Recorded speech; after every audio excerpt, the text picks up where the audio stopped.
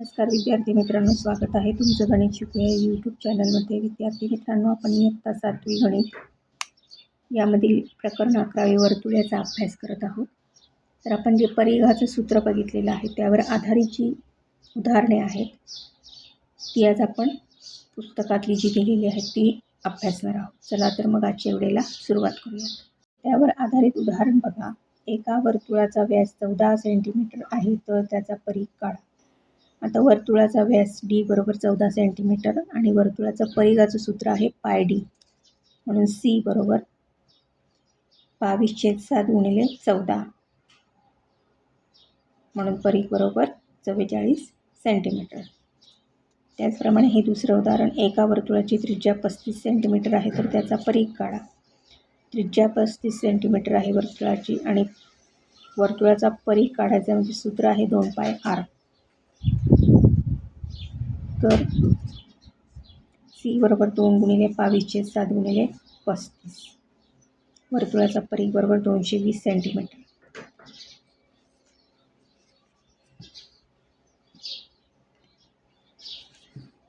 आता या आधीच्या उदाहरणात तुमच्या एक गोष्ट लक्षात आली असेल की इथे व्यास दिलेला आहे, म्हणजे आपण डायरेक्ट सी बरोबर पाय डी हे सूत्र घेऊ शकतो. आणि इथे आपल्याला वर्तुळाची त्रिज्या दिलेली आहे, त्यामुळे आपल्याला हे सूत्र घ्यावं लागलेलं आहे, सी बरोबर 2πr.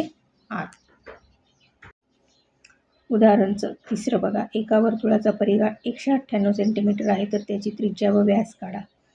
परिघ आहे म्हणजे त्रिज्या आणि व्यास काढायचा आहे, तर आपण सी बरोबर 2πr हे सूत्र घेतलेलं आहे, कारण आपल्याला परिघ दिलेला आहे 198 इथे, म्हणून 2 गुणिले 22/7 गुणिले आर, म्हणून आर बरोबर 198 बरोबर. आता हे जे इथे गुणिलेल्यामध्ये आहेत ते उलटे झाल्यावरती काय होणार आहे, भागाकारात जाणार, म्हणून 1/2 आणि 22/7चं 7/22. त्रिज्या काय येते 31.5, म्हणून व्यास बरोबर 2 गुणिले 31.5 बरोबर 63 सेंटीमीटर. त्याचप्रमाणे हे उदाहरण बघा. एका वर्तुळाचा परिघ 22.80 सेंटीमीटर आहे. पाय बरोबर 3.14 घेऊन वर्तुळाचा व्यास काढा, म्हणून वर्तुळाचा परिघ सी बरोबर पाय डी. त्यामध्ये आपण ह्या किमती ठेवल्या आणि आपल्याला व्यास मिळालेला आहे 20 सेंटीमीटर. आता हे पुढचं उदाहरण बघा. एका वर्तुळाकार जागेची त्रिज्या 7.7 मीटर आहे. त्या जागेस 3 पदरी तारेचे कुंपण घालण्यासाठी प्रति मीटर 50 रुपये किती खर्च येईल? आता वर्तुळाकार जागेचा परिघ 2πr या सूत्रामध्ये आपण ह्या किमती ठेवल्या.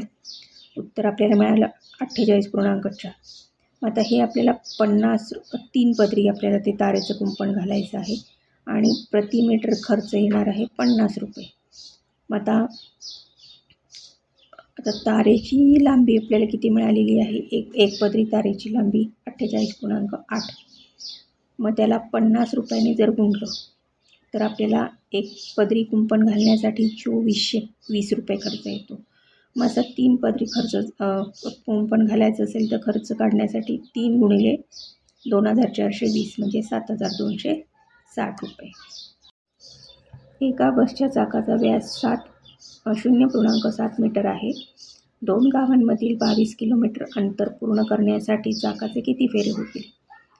आता यामध्ये चाकाचा परिघ म्हणजे पाय डीचं सूत्र घेतलेलं आहे, व्यास आपल्याला दिलेला असल्यामुळे, म्हणून 22/7 गुणिले 0.7 याचं उत्तर येतं 2.2.